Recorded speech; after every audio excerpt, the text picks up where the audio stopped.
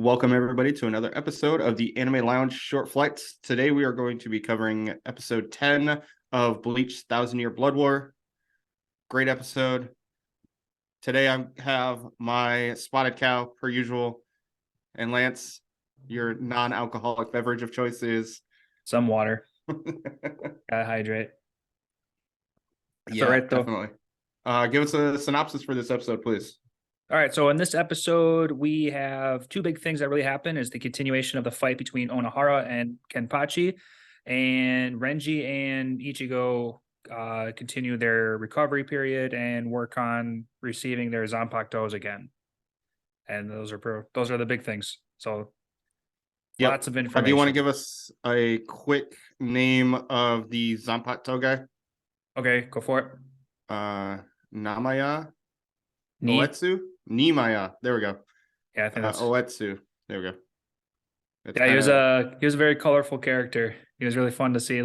Like when he first made his introduction, he was like, it's always funny when Japanese are like trying to like say English words and it sounds so broken and choppy, and they're trying, but it's at the same time like it's pretty bad. Sometimes I wonder if they do it on purpose, like just to kind of give into that stereotype. Oh, maybe. Yeah, maybe. I kind of feel like that's what he was doing, like trying to be that overzealous individual. Maybe. I can definitely see that.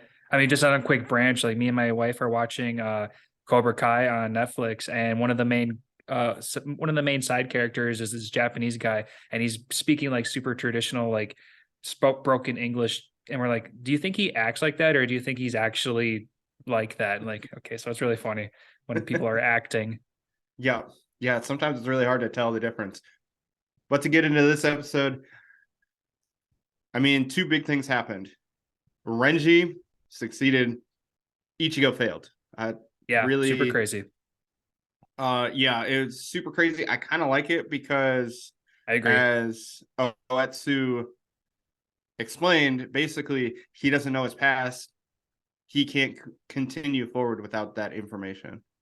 Plus, I think one other thing to throw in this is he's not like an OG Soul Reaper. So like, he kind of like accidentally became one and moved on. Like, okay, never mind. I guess his dad is OG. Like he's full blood, isn't he? He's kind of a mix, but the thing is, Ichigo is a substitute Soul Reaper. So basically, he got the power, didn't get anything else. He's just like, this is your Zanpakuto. This is your Shigai. I think is what the basically when you learn its name. And then after that, you reach Bankai. And like that's basically all Ichigo knows. Like he doesn't know how to use any it's not Reiki. It's Onihara uses it to heal herself. Yeah. But yeah, I mean Ichigo didn't like earn his own Zanpakuto. He was gifted that one sword just for a little bit, and then it like he just took ownership of it from like episode 1. Well, his original sword, he basically produced his sword, which is why Rukia was so like, what the fuck is going on? Because she had never seen he produced that Zanpakuto. Because I thought for some reason Rukia gave it to him. No, she stabs him and then awakens his Soul Reaper powers in Esk, and that's how he gets his Soul Reaper powers, substitute Soul Reaper powers, and Getsuga Tensho is his sword, and yeah, so it's kind of how all that happens, and he basically keeps remaking that sword, and it'll be interesting. I'm obviously the next episode, which we find out that the next episode is going to be a two for one special. You're going to get episode 12 and 13 together next week. Oh, okay. Good thing you said that. I did not know that. Yeah, I actually posted it on our Facebook page for anybody that's following. Viz announced it earlier today. Okay, so does that mean it's going to be like a 45, 50-minute episode, technically? Yes. Okay. Yep. So looks like we're going to have a longer thing to cover next week. Yeah. But that'll be okay. It'll be okay. And you see him Do you think he went into the past, or do you think he just went to his home? I thought about that right away. The first thing that came to my mind was he went to the past, but then I thought about it a little bit and I'm like, oh, what if this is gonna be like some like Scrooge thing where he's gonna be like, I don't know. Okay, I hope he's just in the past. I would like him to like see where he is, like the ghost of Christmas past or whatever that's supposed to be. Yeah. Like he's just supposed to revisit his roots. So I want, yeah, let's go that route. I want that. Yeah, I can see that. It'd be really good. So obviously that's what the next episode is going to be, and 13 is probably going to be some super cliffhanger that's going to make us want to have, I think it's spring of 23 get here right away, or is it going to be fall or winter? Excuse me.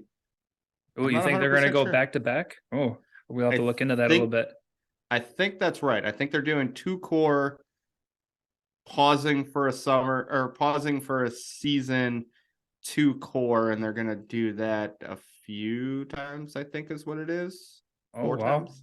Okay, that's putting pedal to the metal, kind of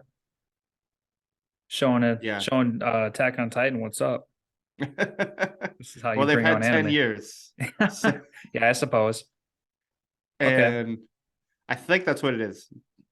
If Okay. somebody in our comments wants to let me know that I'm wrong, I'm all for it.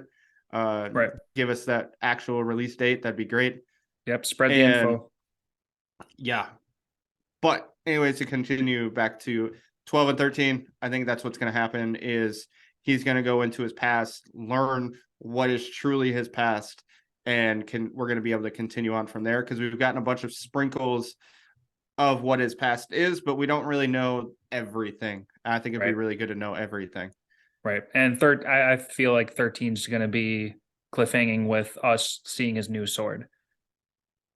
So like 12 will be the roots and 13 will be the production of a new sword or relearning how to do all this stuff. I can see that. Yeah, he goes back to the Soul Palace and or finds out kind of like Christmas of or Ghost of Christmas Past where he just kind of gets sucked back in after he learns everything and was like, oh, you weren't actually there. It was just an illusion or something crazy like that.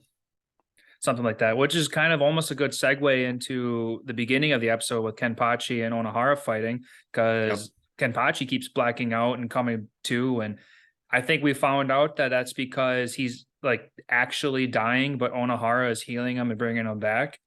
Yep. So he's like, I thought that was so awesome when I first saw that. I'm like, okay, did I read that right? Is he really just dying? And then she explains that every time she kills him, he's able to unleash more of that like mental block that he has, that he keeps blocking his full potential, and he's not letting out his max power and all that stuff. I thought for sure we were going to see his Bankai or something this episode because there was so much build, and it was cool to see Onahara's. Yeah, it was super cool to see Onahara's. I wish we would have like actually seen it because we saw this blood kind of pouring out, like them opening up her Bankai was so awesome. It was so fucked up too. Yeah. This whole season is completely bloody and that they hold nothing back. It's so cool. Yes, it's super awesome. But I mean, we did get to see Kampachi finally talking to his sword. Oh, yep. He's like, oh, my name is, and then it fucking goes away. I'm like, let me see what the name is. Or Yeah, we'll what an find out. asshole. Yeah. So I thought that was really cool what they did, where basically she's like, we've never fought anybody up till each other that was worthy of a fight. And now you've basically limited yourself subconsciously because you want to essentially recreate that fight that her and him had, but it's not happening. So I thought that was really good, really well done. I thought that was very clever. I can't really say I've ever seen that. Super original as well. Another thing I want to throw in is I really liked, and back to the clever comment, I really liked how he was kind of like dumbing himself down, and then she was able to recover herself so that they can be somewhat balanced. And then, of course, Kenpachi just had to keep pushing and pushing until he surpassed his old limits. But yeah, Yep. so just more creative thinking. I thought that was cool. Yep. And then he truly became Kenpachi, which, as we learned, you had to kill the previous Kenpachi to officially take the title. So he's now worthy of the name, and he can talk to his Zanpakuto. So that's going to be insane, like completely insane. Yep. I can't wait until he comes out with more information on himself.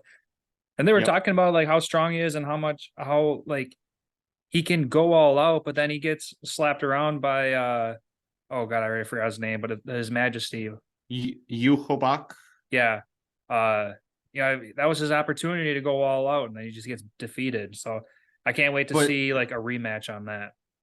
Yes, he essentially suppressed his power so much that he couldn't actually tap into it when he truly needed it. Just like all of his other fights where he went to the brink of death. Yep. And so I'm right there with you. But it was so well done. I thought that was so great. The fight itself was amazing. I would probably continue to keep watching the fight if they would have made that the entire episode, like just 20 minutes of that fight.